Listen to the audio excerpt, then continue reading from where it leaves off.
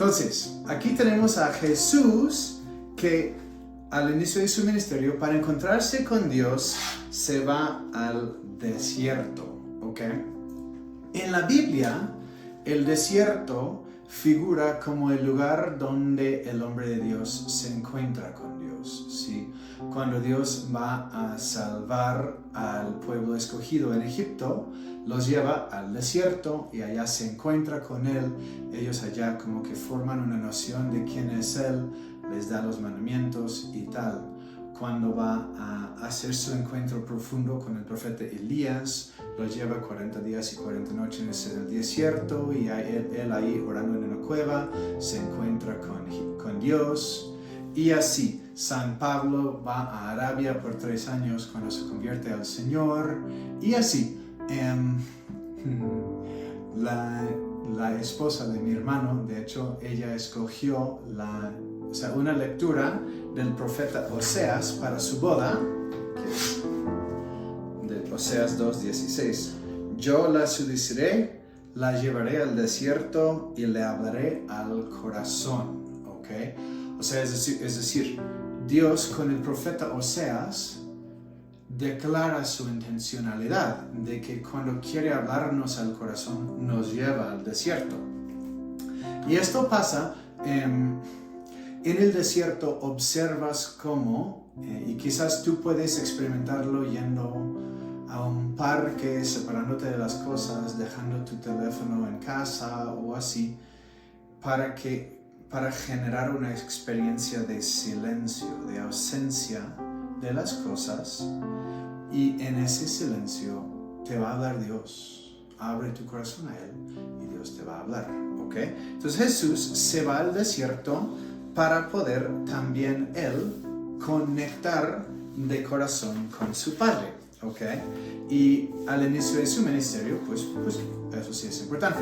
Ahora, Él estando ahí, le llega el chamuco, ¿ok? Y el chamuco, pues quiere con Él lo que quiere con todos.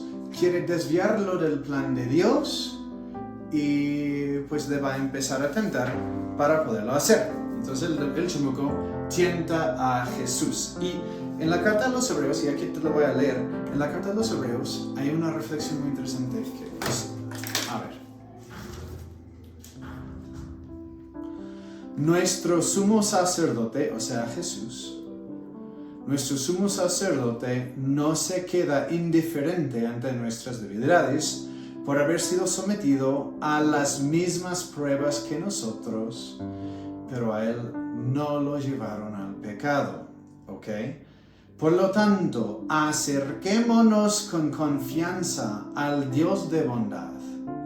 Él tendrá piedad de nosotros y nos recibirá en el momento oportuno. Ok, ahora, por un lado, Jesús es ejemplo de cómo comportarnos cuando somos tentados. Hay que ser bien de que en Estados Unidos, en la preparatoria decíamos, háblame a la mano porque la cara no está escuchando.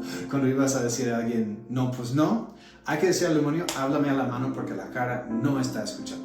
¿Ok? Pero luego es que Jesús sabe lo que es ser tentado. Y entonces Jesús comprende nuestra debilidad, ¿ok? Y entonces para mí esto es importante porque si tú, pues así como yo, si tú te has visto débil a veces y has sido tentado y si has caído y así, pues acude a la misericordia de Dios en la confesión. Eso es, ¿tú no te acuerdas? Sí, o sea, entiende que Jesús comprende. Jesús no te está mirando juzgándote. Jesús te ve tentado y dice, yo ahí sí he estado. ¿Ok? Entonces confía en esa comprensión de Él. ¿Ok? Bien, entonces ahora reflexionemos un poco en qué es esto de la tentación. ¿Ok? Y si quieres empecemos pensando así. Entonces, está Diosito y estamos nosotros, ¿ok? Diosito nos ama muchísimo y como quiere que vivamos bien y vivamos felices, pues nos rodea de muchas criaturas bonitas de diferentes tipos, ¿ok? Y todas esas criaturas nos hablan de Él, ¿ok? Y en ese sentido son lo que podemos llamar iconos, ¿ok? Hablamos de icono para decir que apuntan a Dios, ¿sí? El árbol nos habla de Dios, el pájaro nos habla de Dios, la montaña nos habla de Dios. Todo nos hace reflexionar en Él, nos eleva la mirada, ¿sí? Pero nos pasa algo, a veces, sí nos pasa, ¿ok? A veces ya no apuntan a Dios, sino que apuntan a sí mismos, ¿ok? Y en ese momento dejan de ser iconos y se vuelven ídolos, ¿ok? Entonces ahora apuntan a sí mismos y a los pecados capitales, ¿ok? Los pecados capitales, tenemos esta doctrina, nos llega de los padres del desierto. Son unas personas del segundo y el tercer siglo cristiano que querían encontrarse con Dios, querían seguir a Cristo, pero ya no les tocó una persecución por el Imperio Romano. Entonces dijeron, bueno, si no puedo imitar a Cristo siendo mártir, voy a imitar a Cristo orando en el desierto. Y eran de los primeros monjes, como que una versión muy primitiva del monasticismo, ¿ok? Y de esas personas empezamos a tener esta reflexión de tener como que categorías de maneras en las cuales las criaturas podían tentarnos, ¿ok? Podían distraernos de Dios, ¿ok?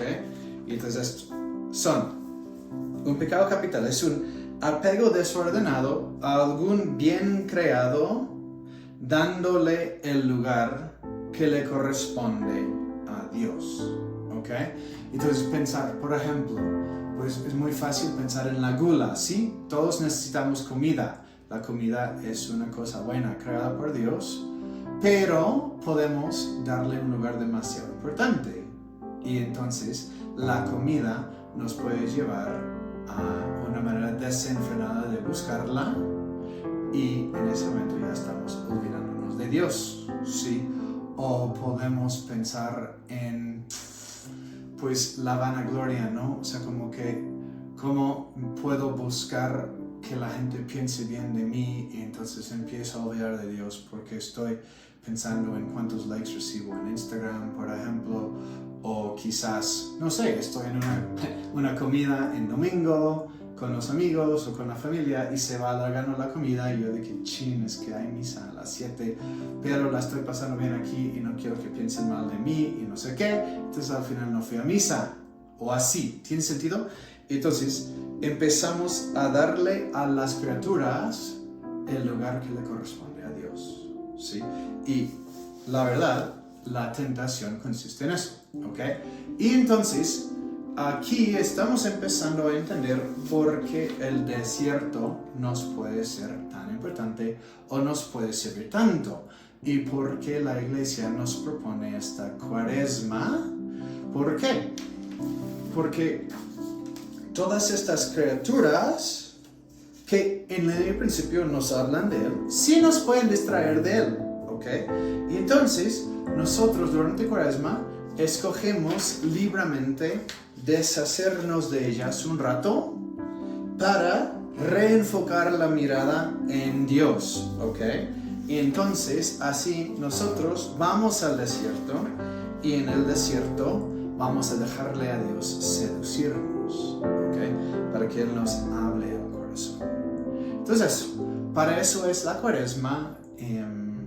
Ojalá y tú puedas pues con tus propósitos, los pequeños sacrificios que tú estás haciendo, que yo estoy haciendo, que todos estamos haciendo, para poder despejarnos la mirada y poder todos mirar de corazón a Dios. Entonces, Dios te bendiga. Deseo que te vaya muy bien esta cuaresma.